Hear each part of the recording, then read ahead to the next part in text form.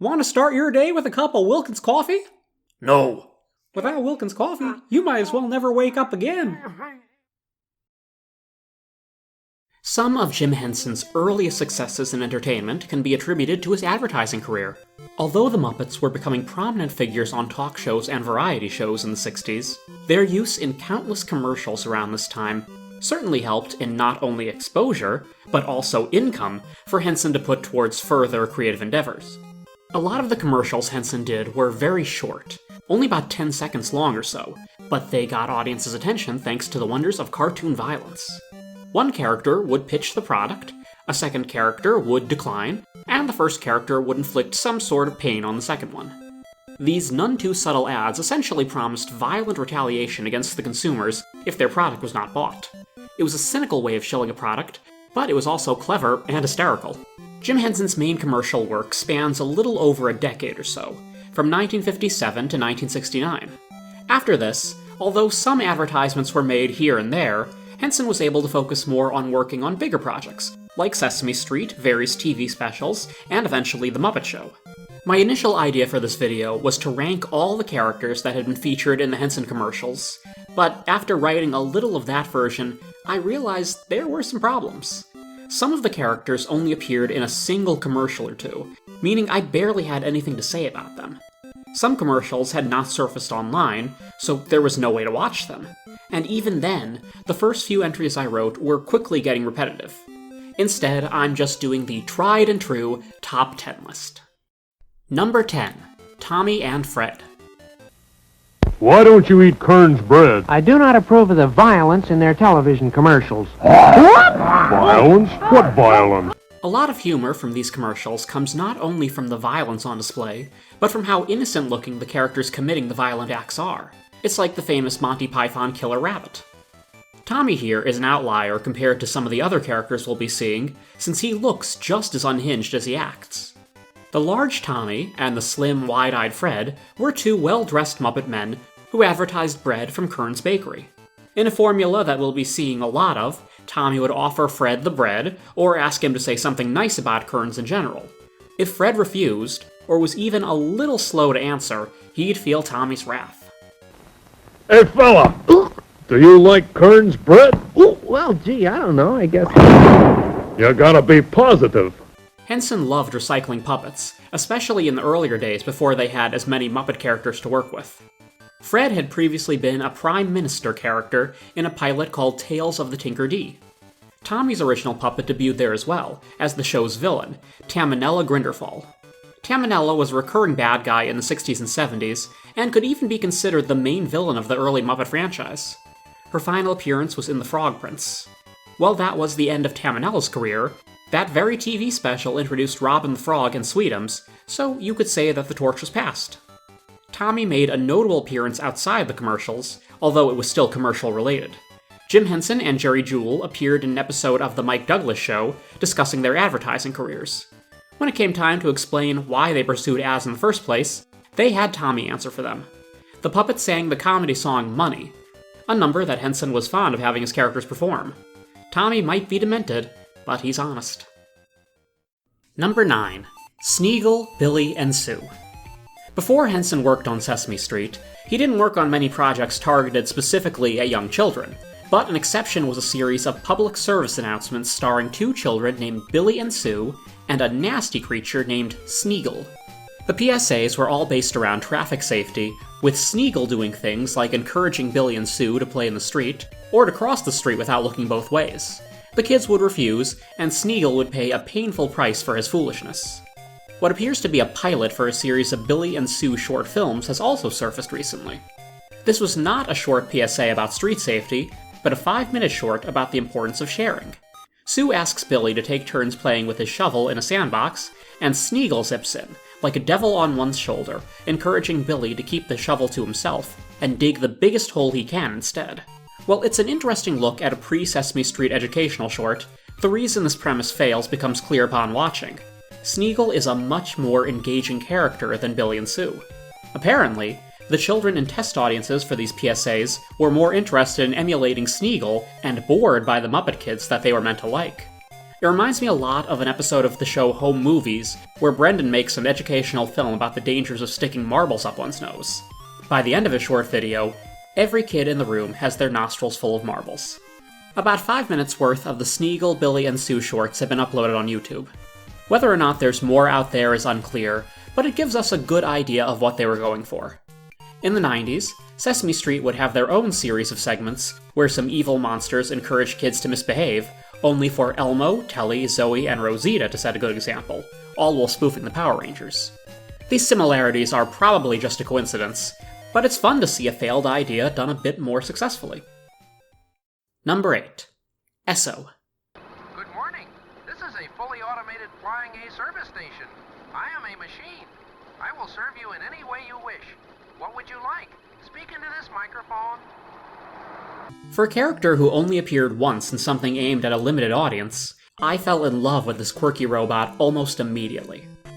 Esso was created for an industrial film aimed at Flying A dealers, representing American Oil, meant to be shown at business meetings.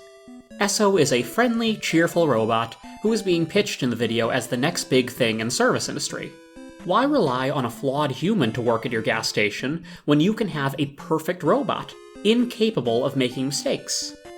Of course, the point of the video is that real people are ultimately best suited for jobs. Esso not only destroys the poor customer's car, but he also accidentally blows up the gas station at the end, a staple of early Muppets comedy. Even in the scenes where Esso seems to be trying his best, he comes off as hilariously unsettling. Do not be afraid, sir. We machines just wish to serve you. We are friendly, just like human Flying A dealers. It is nice weather today. How are you? Today, when technology is progressing at quicker and quicker rates, this comedic look at a malfunctioning robot holds up very well, and can still be seen as an effective cautionary tale. It's just too bad that Esso was relatively unknown until the clip was uploaded by the official Henson company on YouTube. Luckily, the idea of Esso was at least recycled in Sesame Street with Sam the Robot, a similar character who believed that robots were perfect, while consistently demonstrating the opposite. Number 7. Mac. Mac began as Anki, a little blue Muppet who advertised Encore frozen foods. 3 commercials with Anki are known to exist, but only 2 have made it onto YouTube. The ads we have access to are very brief and to the point. The puppet then became Mac, and was used to advertise Clausen's Bakery and McGarry Sausage. Mac grew taller and developed a mean streak. Like Tommy, Mac became a bullying character to an innocent foil, played by Kermit of all people. Unlike most of the bullying characters seen in these commercials, Mac would receive some karma shortly afterwards. Commercials were filmed for phone companies in Florida and Virginia, encouraging customers to dial 1 before making long-distance calls. Mac would often fail to do this, and would then pay the price. Often, the pain would be inflicted, or at least observed, by a girl named Susie, who would encourage viewers at home not to be like Mac. Luckily for Mac, he did manage to learn his lesson once or twice and was rewarded, which is more than I can say for many other commercial Muppets. Hey, what am I doing down here? It drinks the Wilkins coffee, or else it gets the hose again. What the hell are you? People who don't like Wilkins coffee are all wet. Number 6. Sir Linnet. I love this little guy. Sir Linnet only appeared in a few commercials for Linnet fabric finish, and only one seems to be on YouTube, but he really does leave a wonderful impression. This noble knight appears in a puff of smoke to help fair damsels who want to keep their clothes fresh. His design is really clever, appearing as a little man wearing an aerosol linnet spray can as a suit of armor, with irons for feet that he skates around with. Thanks to a combination of traditional hand puppetry and marionette puppetry, Sir Linnet does a great job of showing off how clever and innovative Jim Henson and his associates could be, even when just doing a commercial for laundry supplies. Number 5. Arnold. I talked about Arnold in my video on early versions of classic Muppets, so I'll make this one quick. Arnold was a monster who loved Muncho's potato chips, or potato crisps, as the ads insisted on calling them. He is better known today as Cookie Monster, but I don't doubt that Cookie would still scarf down a bag of Munchos if given the option. Cute little Arnold definitely left a lasting impression on me after watching his old commercials, since whenever I see Munchos on the store shelves, I instantly think of him. If that doesn't mean he was a success, I don't know what does. Number 4. The Marinda Craver. This character was created in 1975, after Henson had pretty much moved on from commercials in general. However, a lot of care was put into making this bizarre monster, who truly was a marvel to watch. With moving eyes and eyebrows, and twirling hair, he still looks impressive today, and definitely took a few people to operate. The Mirinda Craver was a trickster sort of character we've seen in plenty of commercials over the years, who probably could have taken the Mirinda soda by force given his size, but instead opted to distract others and snatch the drink while they were busy with something else. Mirinda. Good.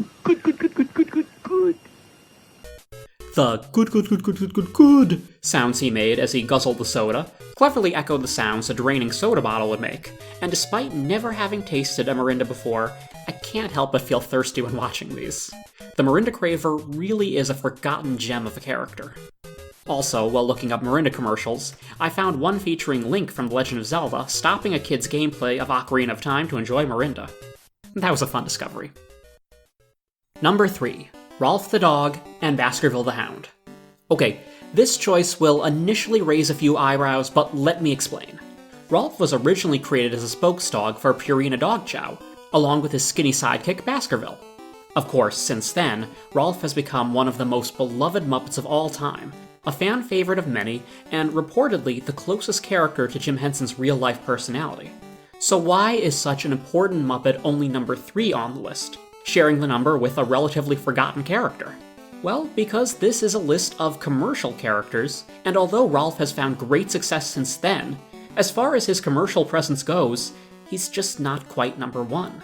In case anyone asks, Kermit did appear in commercials, but he was not specifically created for a commercial, so he's not in the rankings.